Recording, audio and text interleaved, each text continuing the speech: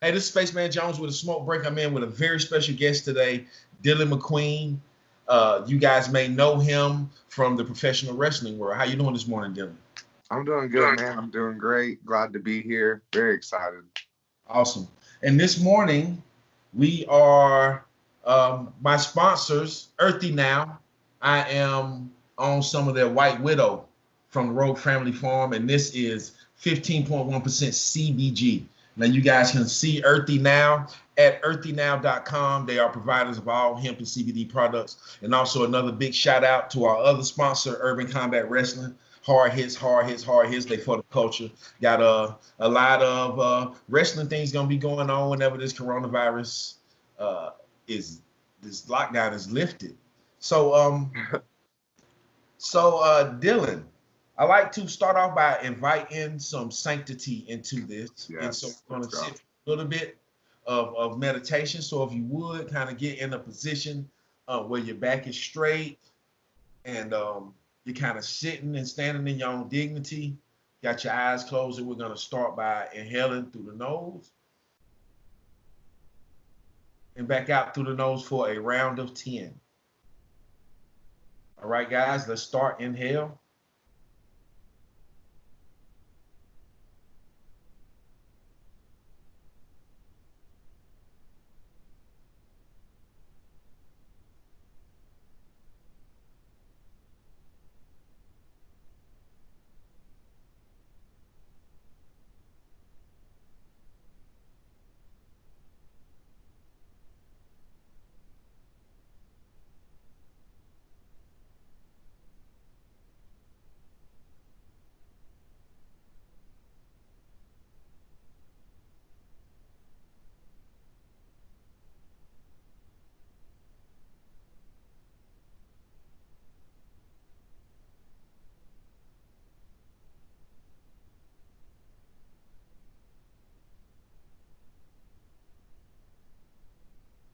All right, that's 10 breaths.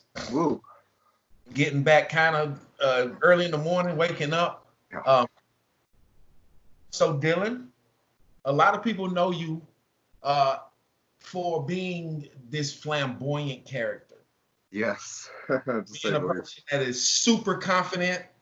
Your character is super confident. Your character is very aware of its worth. Your Yeah. character is also willing to do what it takes Yeah. to kind of create the kind of life that it wants uh, that it wants to have. We know that professional wrestling characters are sometimes a complete departure from the real personality of Yes. of the performer. If you would, could you speak to some of the more positive aspects of the Dylan McQueen character and how it helps you to kind of be yourself in life? Yes, and I get that a lot. It's funny that you say that. Dylan McQueen as a character is this very brash, over the top. There's no one better, no one deserves Dylan McQueen. So a lot of people when they meet me at first are very much like standoffish. I actually there's a wrestler, we were coming back for WrestleCade and I was bringing him home, and we're about an hour into the trip. We're just talking about things, and he just looks at me. He's like, "Man, you are not Dylan McQueen." And I said, That and way. it just made me laugh because people see one thing for me that I always heard about was wrestlers at airports not signing things for kids and stuff like that, and how horrible it was. And you know, when you're a bad guy in this business, that's what you do. You're I'm a Dylan McQueen. If I see a wrestling fan, I'm Dylan McQueen. And that's how I do. But I would say positively, it's brought me more to a place of confidence. Because in my own life, I'm very extroverted, but I wouldn't say I'm extremely self-confident. Uh-huh. You know what I mean? I tend to put other people's needs before me. I tend to be very nurturing. And I wanted for Dylan McQueen, I wanted it to be such a stark departure from what I actually am. Because when you remove the aspect of someone's going to clean your clock, and you can say whatever you want. You got two big guys behind you, and you can Yeah. basically say what you want to the crowd, say what you. It's kind of a freeing feeling, I think. So, definitely in my everyday life, it's made me more of that take the initiative kind of person. Okay. Okay. Um, so growing up, um, Man, growing up, there were definitely barriers. I think that there's a lot of barriers for everybody growing up to be their authentic selves. Um, and I think that's what this whole conversation to be about is kind of like being our authentic selves. Um, uh, so when you were younger, uh, what did you envision your authentic self to be when you were in that time before you actually had a handle on what it was? man. Well, I mean, if I'm going to be completely honest with you, I would say that my authentic self when I was very young was the idea was somebody that was going to grow up, I guess, to be a sad person who was hiding a secret, who couldn't be themselves, who, to be a child and to have dreams for yourself. It's exciting and uh, it feels like you could do anything in the entire world. But when you have something like keeping you back from being your authentic self, it clouds everything that you do. It clouds the way you treat people. It clouds the way you interact with people, how you receive information. So, you know, as a child, I had a very bleak projection of what I thought the future was going to be. And did you grow up in Tennessee? Yes, born and raised in Knoxville. Okay, so that was even a little bit more difficult, um, I would say, because I spent a lot of time in Tennessee working in the Right. wrestling business, and Hmm. some of those folks are not good people, but not the most open-minded, to say the least. Well, in Tennessee, especially, I think that can be right in a lot of situations. Knoxville is more of a kind of open-minded place. Yeah, So college town. yeah, yeah. So honestly, I hid it for a long time and hid who I was. So I mean, of course, people would be suspective of it, and you know, like, oh, hey, you're this, and I'm like, oh, no, I'm not. You know, I could never be. Here, look at me. But wrestling has been insane because I have literally had, for the most part, open arms. Welcoming, inviting, a great response. People like what they see. Haven't really got. I've gotten a few people that have, like inside the business, that have kind of rubbed me the wrong way because of it. uh, Uh, but it's mostly, like you said, the people at Disney, the fans. There's some of them, man, that and you're over. whew. You're way over. You're over everywhere you go. Well, some of the fans, though, man, the things that they say, like, you would be shocked. It's 2020. You think that they would, like, some people think it, but to say it in front of all these people, to say these, like, slurs, throw them out there, and watch it leave your lips with all these people around you, just like the fans around you, maybe one of them could be like, hold up, what did you just say? Like, Yeah, the boldness, the yeah, boldness. yeah. The fans are It's, just as much a part of the show as we are, you oh know? yes, of course, man. I hear like a lot of people will they really use the show as a catharsis. They Yes. go and they throw all of their stuff out. They can yell, they can scream, they can be who just as much as the performers, the audience can be who they are not in their daily lives at a Right. wrestling. Yes. I think that's very much appreciated. I agree. And it's That's best, very, in my opinion, on display at the independent level, when you oh know yeah, what I mean? Because there's not all the huge barricades and all, like, you really feel like you're a part of it. And I remember before I got into wrestling, I went to an NXT live event in Florida, and I was like at the barricade, at the little like guardrail, and these wrestlers are right in front of me, and I'm just like, oh my gosh, I'm so close. Like, I feel like just a part of this, and interacting with the wrestlers. At that point, I had never gotten close enough because I had never been to an independent yeah, show at the time. Um, I'd never gotten so close that you could actually communicate back and forth with the wrestler or say something. And the first time I got a response, I was like, oh, like, yeah, you know, real. And I love wrestling. Yeah.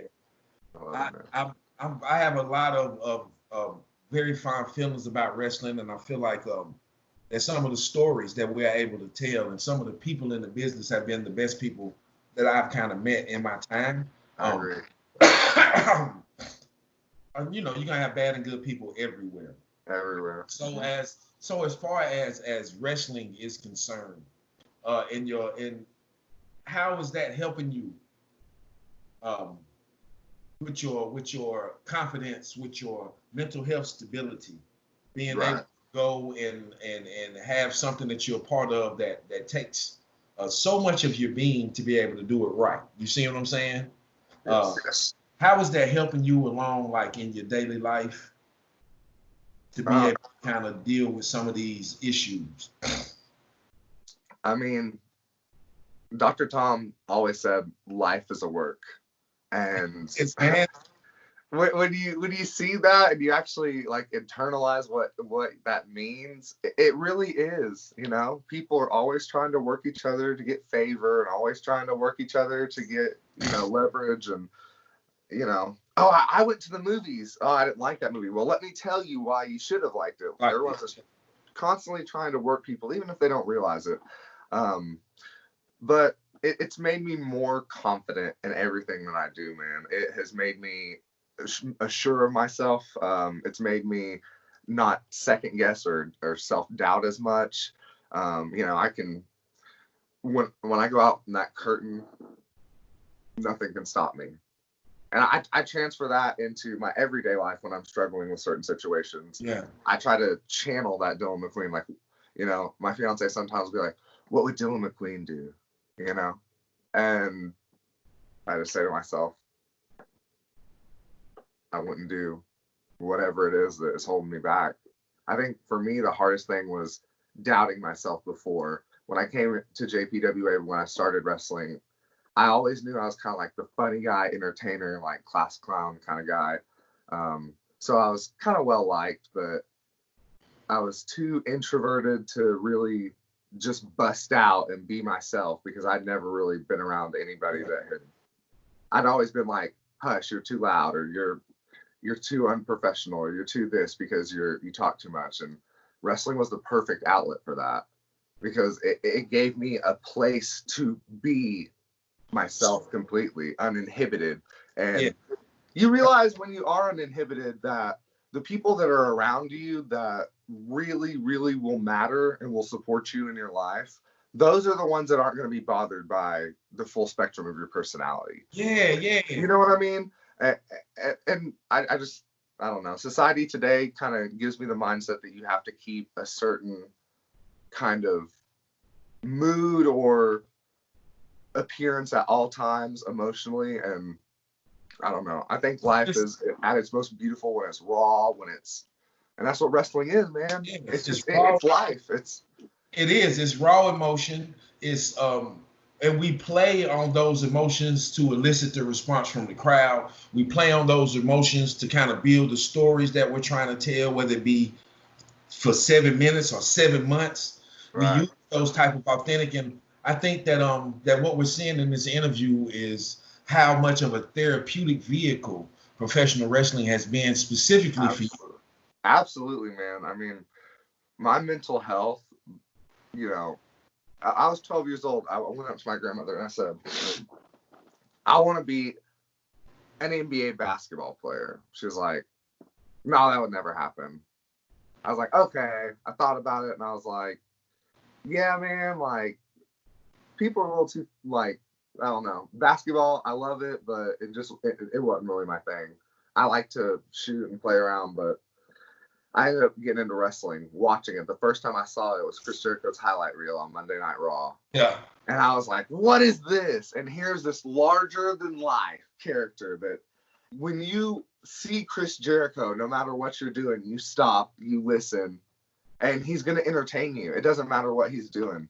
So that was my intro into wrestling. around the, like 2004. Super got into it. Like I remember every time there was a pay-per-view, getting on the internet, checking like the results the next day, like what happened. Oh my gosh, like this person won. So Yeah. I was like, wrestling is my calling. That's what I want to do. And I went back to my grandmother. I was like, all right, I want to be a professional wrestler. And she was like, you'll never be able to do that. I was like, man, like no one believes in me. Uh, but I joined the high school wrestling team. It wasn't like pro wrestling. No, not at all. I wrestle. It's just not like pro It was a wrestling. lot different. It's a lot of hard work, and they don't let you win. No, it was definitely a test of my mental stability and strength. But getting through that, I was like, I can do anything.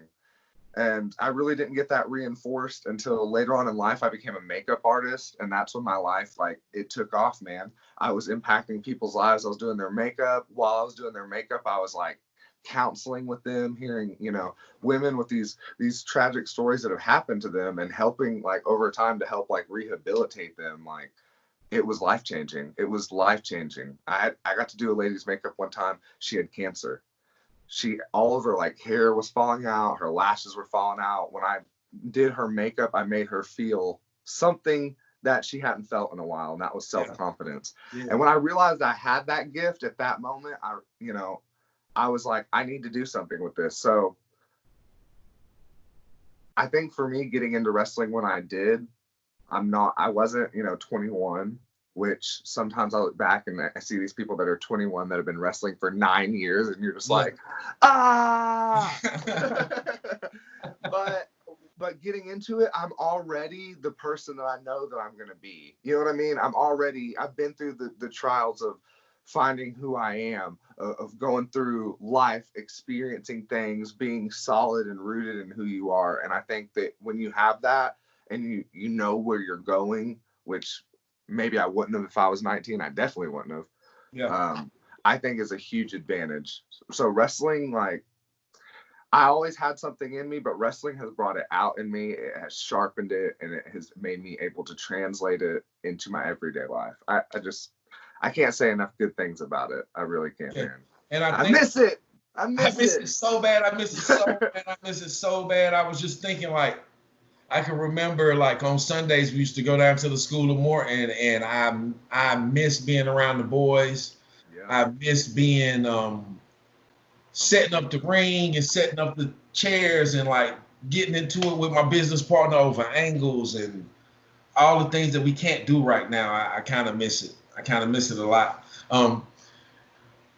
Getting back to the conversation, which is interestingly enough going to bring some more wrestling stuff into it.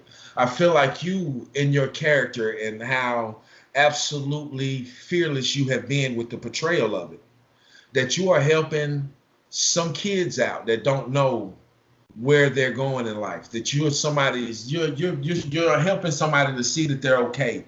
You're helping somebody to accept themselves as they are. And I think you're doing a great service to the world in this little kind of sideshow of professional wrestling.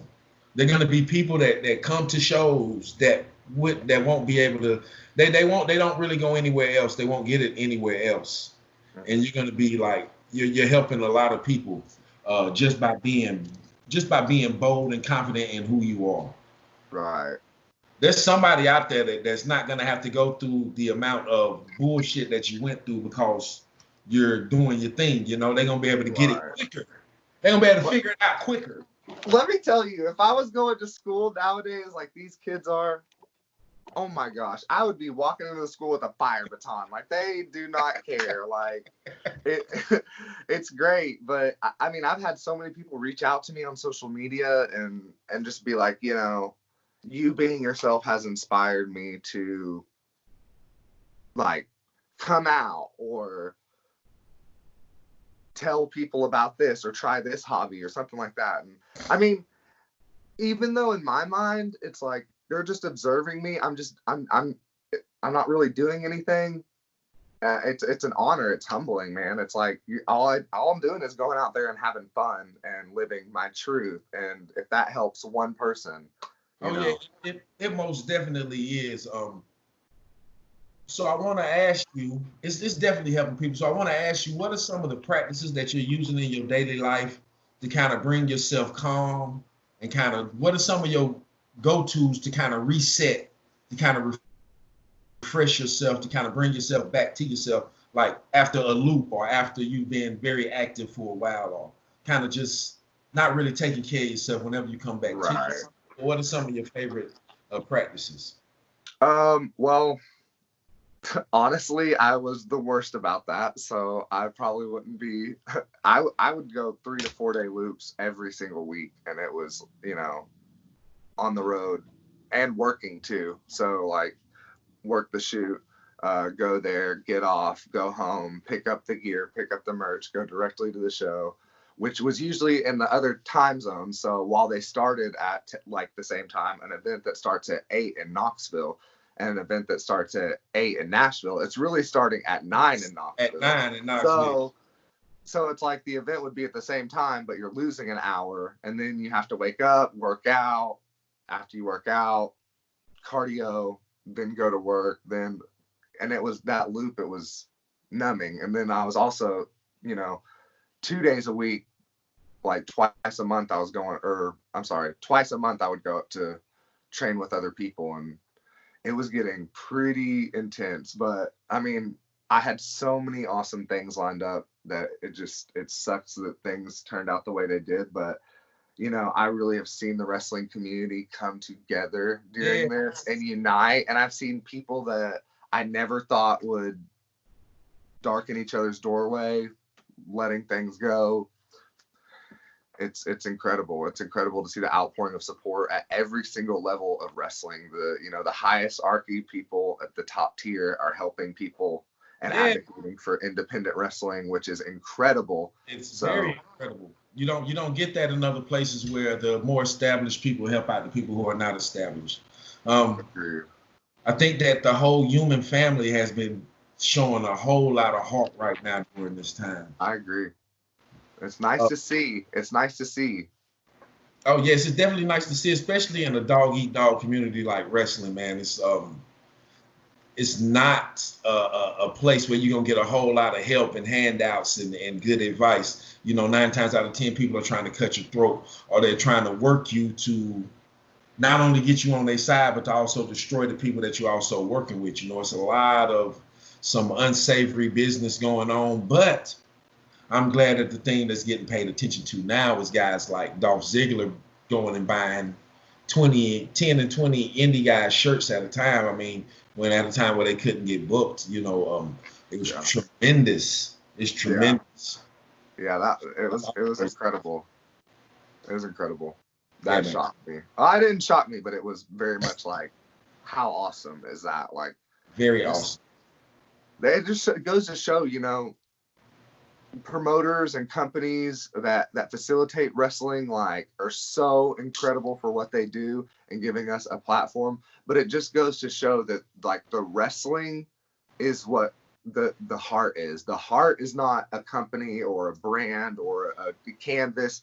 It It's is wrestling. Yeah. it's craft. It's for me. For me, my main goal at anything that I do in professional wrestling is that when the people leave, I want them to feel completely satisfied and a little bit tired where they can go home and say, damn, this was awesome, and go lay down. I want them to have Right. sweat up under their shirt. I want them to be excited. I want them to feel all of the spectrum: Right. happiness, sadness, excitement, disappointment, the whole thing. Because when I go to a show and it's done right and I leave, I'm like, man, that was Right. Right. Yeah. yeah, Absolutely. you know. Absolutely. And I appreciate and I thank you for being so fearless. Um, Oh, no problem, man. I appreciate you. it's being in the South, because before I even knew who you were, I heard stuff that was like, I can't believe these people is even thinking like this. But I see that it's a lot of fear, and we are here to dispel the fear. We here to bring smiles instead of tears, and I commend you, give you a big salute for Thank just being you and for doing you. And we coming to the point to where this thing is about to come to a close, and I'm wondering if you have any words to say, you know, to help the people that are Yeah, listening. man. So Um,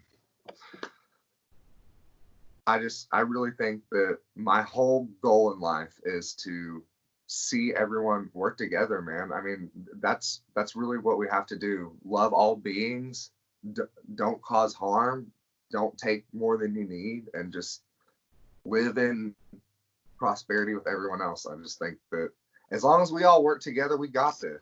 And we've all bound together as a nation, as a world, to get through this COVID-19 and this crisis. And I just think that the more unified that we are, the more that we are together, the better we're gonna be, man. And in wrestling and life, it's all the same. Just treat people good. Don't, there's two ways to go about success. There's, you can walk hand in hand with other people, or you can step over people, cut their throat, and it's gonna come back to you. it's It's getting gonna come back. it's the thing, and I've seen that. I'm glad that you said that there's two paths to success. My saying is, and I've been saying it for a while, is that collaboration is much more important and much stronger and much more noble than competition. Yeah. It's always cooperation over competition, and you don't see that a lot in the wrestling business. Um, I'm glad that you said that because there are two paths. And when you do the competition path, you may gain some success, but it's going to be at the expense of all of your relationships. It's going to be at the expense of um, your children will not grow up the same way that they would have. It's going to be a lot worse for them. It's going to be a lot worse for your spouse, for yourself, for your coworkers, for everybody around. It's just a worse way of being. It's not. It's not. It's not. It doesn't have the space inside of it for compassion, which is like that's the real grease that makes the world go round is compassion. You know, Absolutely, man. being able to feel somebody else's feelings. Um, and the other path of cooperation always is a win-win. Everybody gets what they want, and you get to have you have more variety. You see, Right. when Absolutely, man. when you Dude, collaborate, it's and the I, only way for me. I don't understand. Some of my favorite wrestlers are the people that I get to travel with, because I want to see them do well. I really do believe, and this is like, if there was one thing that summed up my mantra for wrestling, it is, if you believe in yourself, you do not have to tear anybody else down. exactly. You do not have to devalue another product. You don't have to slander another person. If you truly believe in what you are doing, you can be happy for other people. And I think that is the sign of really, truly being happy, is seeing others that are happy and feeling embrace instead of jealousy or envy. And everyone's done it. We've all been there. Yes, it's a But human. we're human. But I think that if you're consciously looking at the people that are around you, building them up and having them build you up, it's going to be so much better for you in the long run. And the path that you pave to get to the way you want, you're not going to have to look back and see your past running up, because it all comes full circle. It It does. It does. all comes full circle. Always, always, always. So I want to thank you for thank you. for Thank you for tapping having me. me on the smoke break, man, and I appreciate you uh, as a person and as a performer. And I Thank think you. that this interview will allow people to see a part of you that they don't necessarily see, and then they'll be able to see how good you can really work, because to go from this guy to the other guy. Well, thank you so much, man. I appreciate those kind words, and just thank you for having me. It is an honor to be on here, and I love the smoke breaks. I love watching them. They're always so inspiring. So just thank you for impacting me, man. Thank you very much, man. And this is Spaceman Jones along with Dylan McQueen for a smoke break. We'll check y'all out next time. See you. See you.